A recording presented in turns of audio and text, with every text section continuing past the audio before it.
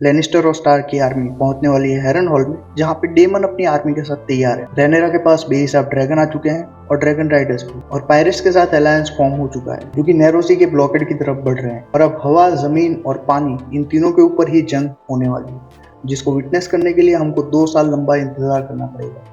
बहरहाल इस season finale के ऊपर रहते हैं तो देखते हैं कि इस एपिसोड में हमें क्या देखने को मिला, जहाँ पे एपिसोड की शुरुआत होती है वेस्टरोस से दूर टायरोस में, जहाँ पे टाइलैंड लैनिस्टर पहुंच चुका है एमन के कहने पे पायरेट्स के साथ अलायंस फॉर्म करने के लिए। पर वो पायरेट्स ही क्या जो सौदेबाजी में माहिर ना हो। ऐसा ही कुछ टायरोस के पायरेट्स भी करते हैं, जहां वो अपनी अलायंस के बदले में स्टेपस्टोन्स की डिमांड करते हैं, जो कि विसेरिस के टाइम से ही एक डिस्प्यूटेड प्रॉपर्टी बनी हुई है। और उनकी इस डिमांड को टाइलैंड लैनिस्टर झिझकते हुए ही सही पर एग्री कर देते हैं। पर टायरोस के लोगों की डिमांड यहीं पे खत्म नहीं होती। उनके मुताबिक जितने भी पायरेट्स हैं वो एडमिरल को फॉलो करते हैं, और अगर एडमिरल ने मंजूरी दी तो ही वो अलायंस फॉर्म करेंगे। जहाँ पे उनके लॉर्ड एडमिरल को देख के टाइलैंड लैनिस्टर भी सरप्राइज हो जाते हैं, क्योंकि वो एक औरत होती है। जहाँ बुक के अंदर इसको एक मेल कैरेक्टर दिखाया है, वहीं पे सीरीज में इसको फीमेल कर दिया है। और ऐसे ही बहुत से चेंज हमें सीजन 1 में भी देखने को मिले थे और सीजन 2 में भी, जिसके ऊपर एक डेडिकेटेड वीडियो जल्दी आपको देखने को मिल जाएगा। तो सब्सक्राइब नहीं किया है तो कर लेना। टायरोस की एडमिरल शराको लोहार के मुताबिक टाइलैंड लैनिस्टर फिट नहीं है उसके साथ सेल करने की, जिसके चलते वो अपनी हामी नहीं भरती है। पर टाइलैंड लैनिस्टर भी ठान के आया होता है। वो उसको चैलेंज करता है एक मड फाइट के लिए, और इसमें वो बड़ी मुश्किल से जीत जाता है। पर इसके बावजूद भी उसको अप्रूवल नहीं मिलता है तो सिर्फ दिलासा कि वो इसके बारे में सोचेगी। जहाँ फाइनली टाइलैंड लैनिस्टर को अप्रूवल मिल जाता है शराको का, और साथ ही उसको अप्रूवल पाने के लिए एक और शर्त भी माननी पड़ेगी, जो ये होती है कि टाइलैंड लैनिस्टर उसकी वाइफ को प्रेग्नेंट करेंगे, जिसके चलते वो टाइलैंड लैनिस्टर के बच्चे को पाल सके। और इस वाइल्ड शर्त को भी पूरा कर दिया जाता है, जिसके बाद टाइलैंड लैनिस्टर और शराको लोहार ये दोनों ही पायरेट फ्लीट्स के साथ सी स्मोक की तरफ बढ़ रहे हैं। और पिछले एपिसोड में जो डर के भाग गया था वो एमन अपना गुस्सा निकालता है शार्प पॉइंट नाम के एक छोटे से गांव और उसके लोगों के ऊपर, जहां पे वो उनको किस तरह से तबाह कर देता है। और वापस किंग्स लैंडिंग पहुंचता है, जहां वो अपनी बहन यानी कि हेलेना को बोलता है कि उसके ड्रैगन के साथ उन दोनों को जाना पड़ेगा ताकि वो लड़ सके। पर हेलेना किसी का खून बहाना नहीं चाहती, जिसके बदले में एमंड उसको धमकाता है। पर एलिसेंट बीच में इंटरफेयर करती है और एमंड को वहां से जाना पड़ता है। और बाद में एमंड शांति से प्यार से समझाने भी जाता है हेलेना को, ताकि वो उसका साथ दे। जिसके बदले में हेलेना उसको एक प्रिडिक्शन बताती है कि किस तरह वो कभी भी राजा नहीं बन सकता।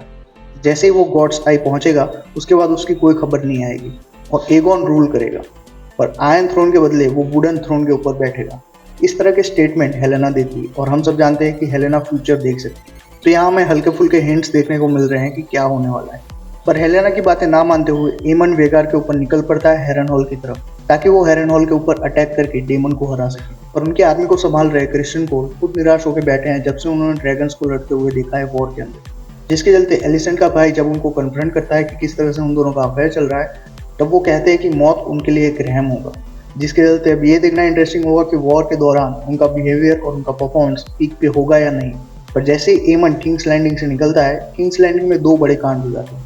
पहला, जब एलिसेंट छुप के पहुंचती है ड्रैगनस्टोन और रेनेरा से मिलती है, और वो उसको कहती है कि वो किंग्स लैंडिंग के दरवाजे खोल देगी उसके लिए, और उसको सिर्फ आके आयरन थ्रोन के ऊपर बैठना होगा, जिसके चलते ये वॉर रुक जाए और उसको आयरन थ्रोन मिल जाए। पर रेनेरा उसके बदले में एगोन का सर डिमांड करती है, जिसके बाद ही वो आयरन थ्रोन के ऊपर बैठेगी। पर एलिसेंट इस बात को मना कर देती है, क्योंकि एमन के बिहेवियर के बाद वो एगोन और हेलेना को बचाने के लिए ही यहाँ पे आई थी, जिसके चलते वो वहां से निकल जाती है।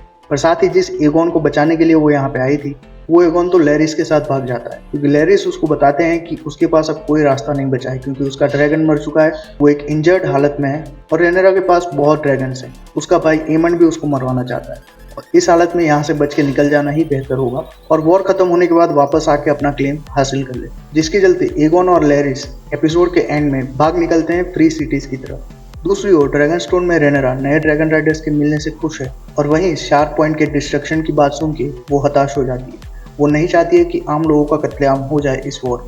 इसी रीजन के चलते उसने अब तक अपने ड्रैगन्स का यूज नहीं किया है वॉर को जीतने के लिए। और लॉर्ड कॉलिस वलेरियन उसको बताते हैं कि यही सही टाइम है, और अगर इस टाइम का यूज नहीं किया तो उसके लिए बुरा होगा। और इस सजेशन को मान भी लेती है रेनेरा, और वो अपने नए ड्रैगन राइडर्स के साथ डिनर टेबल पे मिलती है, जहाँ पे उनको 2 दिन का टाइम देती है ट्रेन होकर तैयार होने के लिए। और इसी डिनर टेबल के ऊपर उसको अफसोस भी होता है अपने डिसीजन का, जब wolf the white mannerless behaviour करता है उसके साथ, और जैकेरिस के साथ भी ऐसा ही बिहेवियर उल्फ द वाइट का रहता है, जिसके चलते वो इन दोनों की ही बैड बुक्स में आ चुका है। पर तभी साइमन स्ट्रॉन्ग का मैसेज रेनेरा को मिलता है कि किस तरह से डेमन उसके सामने बगावत करने के लिए तैयार हो चुका है, और उसका भेजा हुआ मैसेंजर भी डेमन की साइड हो चुका है। और ये मैसेज पढ़ के रेनेरा एडम द हल्क को लेके निकल पड़ती है हैरनहॉल की तरफ। पर हैरनहॉल पहुंचने से पहले हम देखते हैं कि डेमन के साथ क्या क्या चीजें हुई।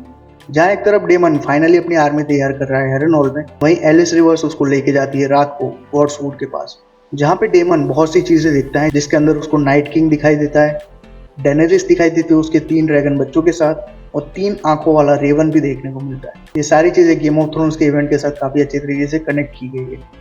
और साथ ही एंड में उसको ग्लिम्स देखने को मिलता है रेनेरा का आयरन थ्रोन पे बैठे हुए, और उसी थ्रोन रूम के अंदर वो हेलेना से भी मिलता है, जो उसको बताती है कि तुम्हारी अहमियत सिर्फ एक छोटे से पार्ट को प्ले करने तक की ही है इस बड़ी सी कहानी में। और ये डेमन के लिए एक टर्निंग पॉइंट होता है, जहाँ वो खुद को आयरन थ्रोन पे बिठाने के लिए आर्मी इकट्ठा कर रहा था, वहीं पे अब वो समझ चुका है कि उसका पार्ट क्या है।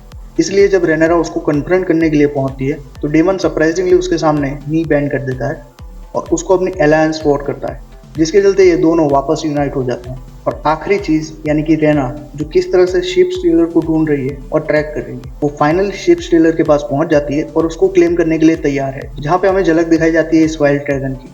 और इन्हीं सब चीजों के साथ एपिसोड एंड होता है, जहाँ पे एक तगड़ा सा मोन्टाज हमें देखने को मिलता है कि किस तरह से अलग अलग आर्मीज पहुंच रही है हैरनहॉल, जहाँ पे लेनिस्टर जो कि एमन के सपोर्ट में है, विंटरफेल जो रेनेरा के सपोर्ट में है, उनकी आर्मी पहुंच रही है हैरनहॉल, जहाँ पे डेमन पहले से ही अपनी आर्मी के साथ तैयार बैठा है। और वहीं रेमंड वेगार के ऊपर फ्लाई करके पहुंच रहा है हैरनहॉल, और सी स्मोक के ब्लॉकेड के सामने पायरेट्स की बड़ी सी फ्लीट पहुंच रही है। इन सभी चीजों का काफी ब्यूटीफुल मोन्टाज एक बहुत बड़ी हाइप क्रिएट कर देता है एक वॉर के लिए। साथ ही एक सरप्राइज हमें देखने को मिलता है कि किस तरह से ओटो हाईटावर किसी की कैद में दिखाया जाता है। 1 या 2 सेकंड के लिए उसका ग्लिम्स हमें देखने को मिलता है। ओटो हाईटावर को किसने पकड़ के रखा है ये तो हम नहीं बता सकते, क्योंकि बुक के अंदर भी ये चीज मेंशन नहीं है। और इन सभी चीजों का जवाब हमें 2 साल के बाद सीजन 3 में ही देखने को मिलेगा।